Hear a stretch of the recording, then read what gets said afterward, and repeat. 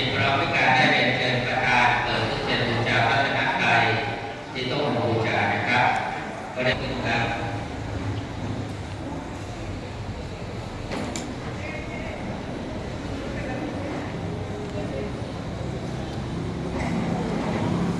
เทียนบูชาครับส่วนพระพิธามนะครับ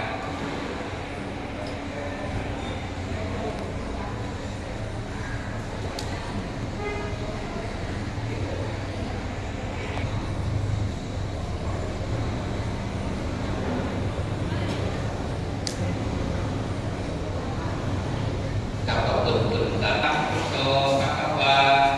พุทธังภวันตังอภิวาเทมิสวากขาโตภควตาธัมโมสักกังนะมามิมยังปัตเตวิสุวิสุมาโดติยัมปิมยังปัตเตวิสุวิสุตากนะสัมมาสัมพุทธัสสะนะโมตัสสะภะคะวะโตอะระนะโมตัสสะภะคะวะโตอะระหะโตสัมมาสัมพุทธัสสะนะโมตัสสะภะคะวะโตอะระหะโตสัมมาสัมพุทธัสสะนะโมตัสสะภะคะวะโตอะระหะโตสัมมาสัมพุทธัสสะระนังกัจฉามิยัมปิพุทธังสรณังนังกัจฉามิยัมปิพุทธังสรณังกัจฉามิยัมปิพุทธังสรณังกัจฉามิยัมปิธัมมังสรณังกัจฉามิยัมปิธัมมังสรณังกัจฉามิยัมปิสังฆังสรณังกัจฉามิยัมปิสังฆังสรณังเวรมณีสิกขาปะทังสมาธิยามินาทิปาตาเวรมณีสิกขาปะทังสมาธิยามิปิณณาทานาเวรมณีสิกขาปะทังสมาธิยามิอาทินนาทานาเวรมณีสิกขาเวทุมิจฉาจาราเวรมณีสิกขาปะทังสมาธิยามิยาภิสุมิชฌาจาราเวรมณีสิกขาปะทังสมาธิยามิลาวาทาเวรมณีสิกขาปะทังสมาธิยามิมุสาวาทาเวรมณีสิกขาปะทังสมาธิยามิลาเวรยามัจจปมาทัฏฐานาเวรมณีสิกขาปะทังสมาธิยามิสุราเมรยมัจจปมาทฐานาเวรมณีสิกขาปะทังสมาธิยามิมานิปัญจสิกขาปทานิสมาธิยามิมานิปัญจสิกขาปทานิสมาธิยามิมานิปัญจสิกขาปทานิสมาธิยามิมานิปัญจสิกขาปทานิสมาธิยามิทิเลนะทุกขติยันติทิเลนะโภคสัมปทาสาธุทิเลนะนิพพุติยันติอัตตมาธิลังวิโสทะเยสาธุมาจโลกาธิปติสัมปติกัญจริยันติวรังกยาจตาสันติตาสตาปรัจจกาจาติกาเตเสตุธัมมังอนุกัมปิมังปัจจังขอเจริญคืนนี้เป็นคืนสุดท้ายของการบำเพ็ญกุศลศพของโยมสมพงษ์ศรีสุวรรณอายุ66 ปี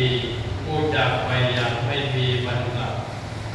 คณะเจ้าภาพก็ได้จัดให้มีการสวดพระอภิธรรมถวายสังฆทานมาโดยลำดับเพื่อรวบรวมบุญที่เกิดขึ้นจากการบำเพ็ญบุญในครั้งนี้ทิศส่งไปให้โยมสมพงษ์ศรีสุวรรณจะได้ไปสู่สุคติ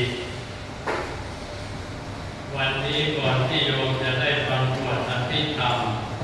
อาตมาภาพขอพูดธรรมะสั้นๆสักข้อหนึ่งเพื่อเสริมสติปัญญาแก่ญาติโยมที่มาร่วมในพิธีขอญาติโยมทั้งหลายอยู่ในอาการสงบตั้งใจฟังด้วยดี วันนี้จะพูดเรื่องโลงศพซึ่งเมื่อมีคนตายเพื่อนบ้านที่เป็นช่างไม้ที่มีฝีมือตามเข้ามาช่วยกันทำโรงให้แต่ปัจจุบันมีโรงสำเร็จรูปหาซื้อได้ให้เพราะเป็น ปัจจุบันการบรรจุศพจะให้ศพนอนหงายให้มือประสานอยู่บนอกหรือประดมมือด้วยกลวยดอกไม้ทูบเทียนคล้ายกับคนที่นอนหลับอย่างปกติไม่นิยมให้มีการถอดตาสังอย่างในอดีตส่วนการบรรจุศพในอดีตนิยมให้ศพใต้นอนตะแคงเพื่อการไม่ให้ศพใต้นอนให้สะดวกคำถามที่เกิดขึ้นทำไมต้องบรรจุศพในโลงก็คงตอบได้ว่าเพื่อจะทุกจิรชาติก็บรรจุศพในโลงเหตุผลก็เพื่อเป็นการป้องกันอุจจาระหรือเป็นการป้องกันเชื้อโรคที่มีในซากศพไม่ให้แพร่กระจายไปสู่คนหรือมีให้พวกแมลงต่างๆเข้าไปวางไข่ในศพได้แต่การบรรจุศพในโลงก็มีปริศนาธรรมแฝงเอาไว้เราคือคนเราไม่ว่าจะเป็นคนร่ำรวยหรือยากดีมีจนเป็นคนมียศถาบรรดาศักดิ์หรือยากจนเห็นใจเป็นนักเลงหัวไม้หรือมีอิทธิพลใหญ่กำฟ้าสักเพียงใดตลอดชีวิตได้แสวงหาทรัพย์สมบัติเป็นปันไส้หรือไรมีกระเรือใจโตเมื่อโบราณสุดท้ายแล้วก็มีที่อาศัยพักพิงเป็นแค่โรงสี่เหลี่ยมไปเล็กๆไปหนึ่งเท่านั้นแต่ก็ไม่มีใครใหญ่เกินโรงเป็นเสียสักคนร่างกายมีขนาดกว้างศอกยาววาหนาขึ้นสุดท้ายแล้วก็ต้องลงไปนอนในโรงที่มีขนาดใหญ่กว่านั้นเอง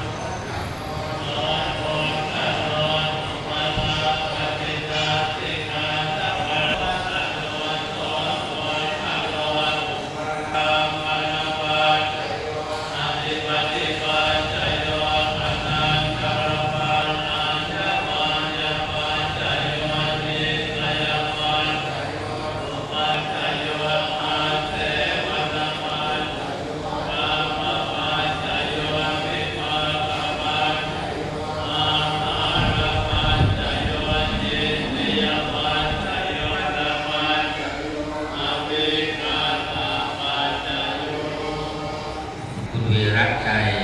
กันตังคุณผู้จัดการคุณกระวีคุณโชติผู้จัดการคุณลาพรคุณเอกอนันต์คุณเป็นที่เลิศของผมอนิจจาวัฏสังขาราอุปาทวยตัมปิโนอุปาทิตวานิสันติเตตังรูปัสสะโมทุโขขอบคุณผู้แทนคณะโตจินนังเวทานังอุปกปฏิอิจิตังปฏิตังมัคคิปะเวปัตมิจจตุสัพเพร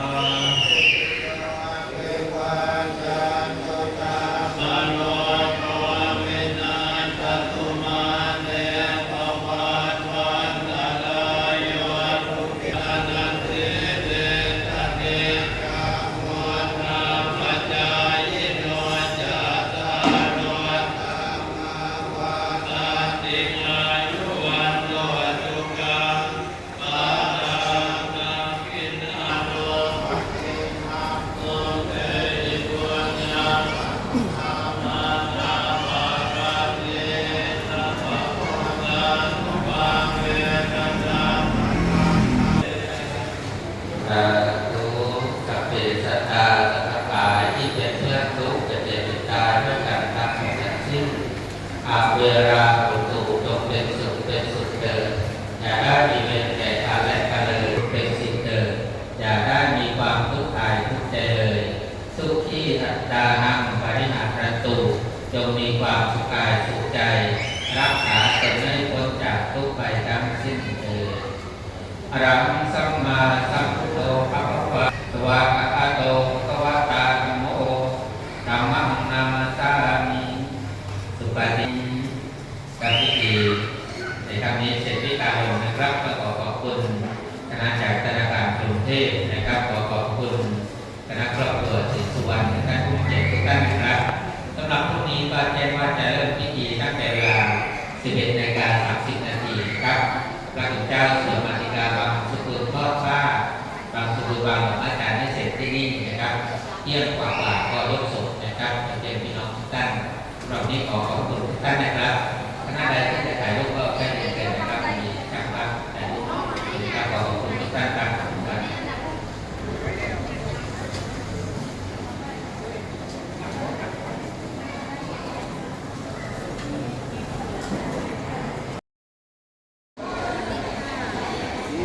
ต้องทางนี้นะครับพร้อมนะครับ1 2 3ขออีกรูปหนึ่งนะครับกันหลับตานะครับ1 2 3จะถ่ายครับ